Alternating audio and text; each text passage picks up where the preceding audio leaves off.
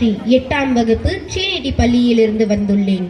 ஆண்டுகளாக ஆக வயது ஏற ஏற இளமை கூடும் பேரதிசயம் பெற்ற என் தமிழன்னையை வணங்கி எங்களை தரணியை ஆள வைக்க முழுமூச்சாய் எங்களுக்காக உழைக்கும் ஆசிரிய பெருமக்களை வணங்கி அறியாமையை சுருக்கி அறிவை பெருக்கி நாளை சூரியனைப் போல் ஒளி வீச காத்திருக்கும் என் இளம் காளையர்களே, கன்னியர்களே, உங்கள் அனைவரையும் வணங்கி பேசப் போகின்றேன் என் தலைப்பில் இறங்கி. கனவு என்னும் சாதாரண சொல்லை இளைஞர்களின் நெஞ்சில் நங்கூரம் போல் பாய்ச்சியவர், சொல்லி சென்றவர்கள் மத்தியில் சொல்லி செய்தவர். உலகம் ஒருவனை திரும்பி பார்க்க வேண்டும் எனில் அவன் பணக்கார தந்தைக்கு மகனாக பிறக்க வேண்டும் என்று இல்லை. ஏழை குடும்பத்தில் மகனாக பிறந்திருந்தாலும் கடும் பயிற்சியோடும் விடாமுயற்சியோடும் களையாது கனவோடும் இருந்தால் வானில் கூட பறக்க முடியும் என்று இந்த உலகத்திற்கு நிரூபித்து காட்டியவர். தன்னை முழுமையாக அர்ப்பணித்து திருமணம் கூட செய்யாது தன் நாட்டிற்காகவும் தன் கனவிற்காகவும்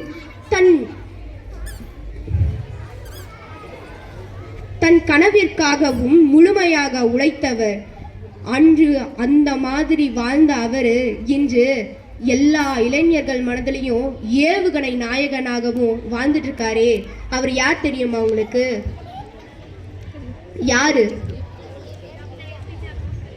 ஆவுல் பக்கீர் ஜைனுலாப்தீன் அப்துல் கலாம் அவர்கள். கனவு காண்பது மட்டும் உங்கள் வாழ்க்கை அல்ல, அந்த கனவிற்காக வாழ்வதுதான் உங்கள் வாழ்க்கை. தூங்கும் பொழுது வருவது கனவல்ல, உங்களை தூங்க விடாமல் செய்வதே கனவு. அந்த வானத்தை உற்று பாருங்கள், நீங்கள் தனியாக இல்லை, உங்களுடன் இந்த மொத்த பிரபஞ்சமே நட்பாக இருக்கிறது. நன்கு உழைப்பவனுக்கும் நன்றாக கனவு காண்பவனுக்கும் மட்டுமே சிறந்ததை வழங்க காத்து கொண்டிருக்கிறது இந்த உலகம்.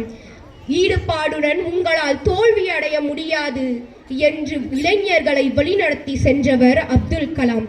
அவரின் கனவை பற்றி தான் நான் இன்று பேச போகின்றேன். யாதும் ஊரே யாவரும் கேளேர் என்ற ஒரே ஒரு வார்த்தையை அமெரிக்காவின் முக்கிய கூட்டத்தில் கூறி மொத்த பிரபஞ்சத்தையும் கைத்தட்டல்களால் அதிர வைத்த ஒரு தமிழன் அப்துல் கலாம் அவர்கள் இன்றைய ராமேஸ்வரத்தின் தனுஷ்கோடி என்னும் ஊரில் 1931 பிறந்தார்.